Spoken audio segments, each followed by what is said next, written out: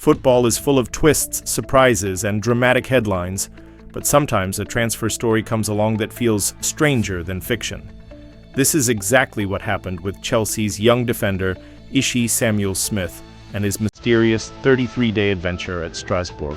Imagine this, a player signed for around £6.5 million, officially unveiled, and then in barely over a month, he is back at Chelsea and already loaned out to Swansea. Fans, journalists, and football insiders are all asking the same question: what on earth just happened? To understand this bizarre case, we need to start at the beginning. Ishe Samuels-Smith is not just any player. At only 18 years old, he was considered one of Chelsea's most promising youth talents. A left-back with pace, strength, and tactical intelligence, he was seen as a potential future star for both club and country.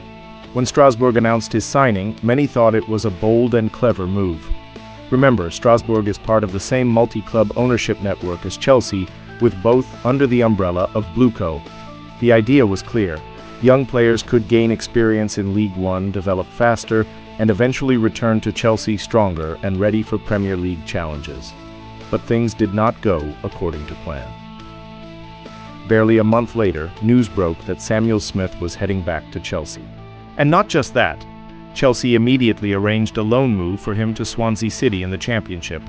The timeline left fans confused and frustrated.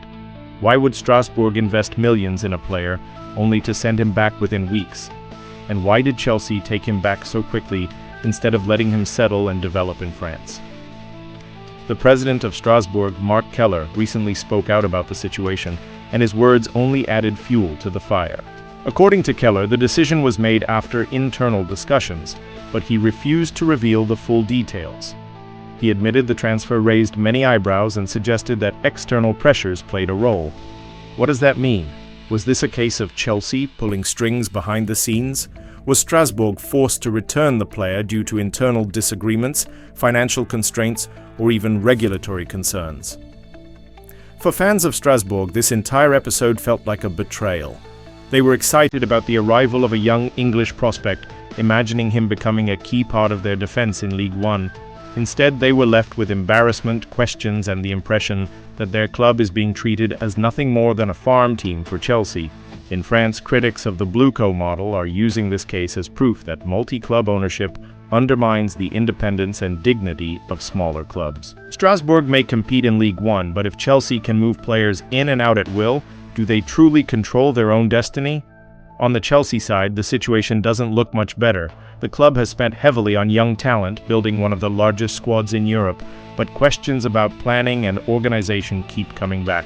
Why buy so many young players if there isn't a clear pathway for their development? If Samuels-Smith was meant to get minutes at Strasbourg, why was he recalled before even having a chance to prove himself?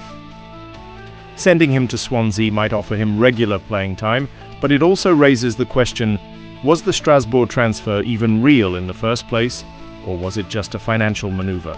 For Samuels-Smith himself, this has been a whirlwind. At 18, he is already caught in the middle of football politics, multi-club strategies, and fan frustration. It cannot be easy for a teenager to adapt to a new country, only to be pulled back and sent somewhere else within weeks. The pressure on his shoulders is enormous, and yet he has shown maturity by focusing on football and embracing the Swansea opportunity. Still, the psychological impact of being treated like a pawn in bigger business games should not be underestimated. This saga also shines a spotlight on the growing debate around multi-club ownership in football. Chelsea's owners through Blueco are not the only ones doing this. Manchester City's City Football Group, Red Bull's Football Network, and others have been building global webs of clubs for years. The official argument is always the same. These networks create synergies, allow young players to develop, and spread football expertise around the world. But critics argue that it undermines competition, creates conflicts of interest, and reduces smaller clubs to mere satellites with no true independence. The Ishe Samuels-Smith case has become a perfect symbol of this controversy. Strasbourg fans are asking, are we a proud League One club or just Chelsea's experiment lab? Let's also talk about the financial aspect. £6.5 million may not sound like much in today's market, but for a club like Strasbourg, it is a significant investment. To spend that money on a teenager, then give him back without even using him, makes little financial sense. unless there is another layer to the story. Some analysts suggest this could be linked to accounting strategies, player valuation adjustments, or internal pressure from Blue Co to balance figures. In other words, the transfer may have had more to do with spreadsheets than football. The media in France and England have jumped all over this story, and for good reason.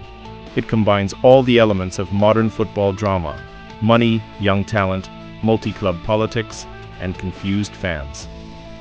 On social media, Chelsea supporters are divided. Some believe the club made the right call by bringing Samuel-Smith back and giving him a loan where he will play regularly. Others see this as another example of chaos in Chelsea's transfer policy, where quantity seems to matter more than quality. For Strasbourg fans, the anger is almost universal. They feel disrespected, like their club is being used, and many are now questioning whether Blue Co ownership is truly good for them. What happens next will be crucial.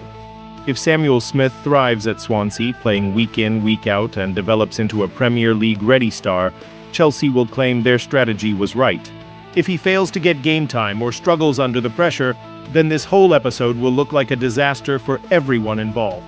Meanwhile, Strasbourg will need to rebuild trust with their fan base and prove that they are more than just a puppet in a larger system. At the heart of all this is an 18-year-old player who just wants to play football. Ishe Samuels-Smith has the talent, the drive, and the potential to become a top-level left-back. But his journey has already been complicated by business decisions far beyond his control.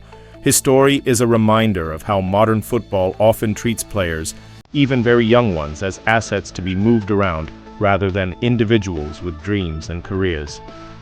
In the end, the transfer that lasted only 33 days may go down as one of the strangest stories of this season. It raises questions that go far beyond one player or one club.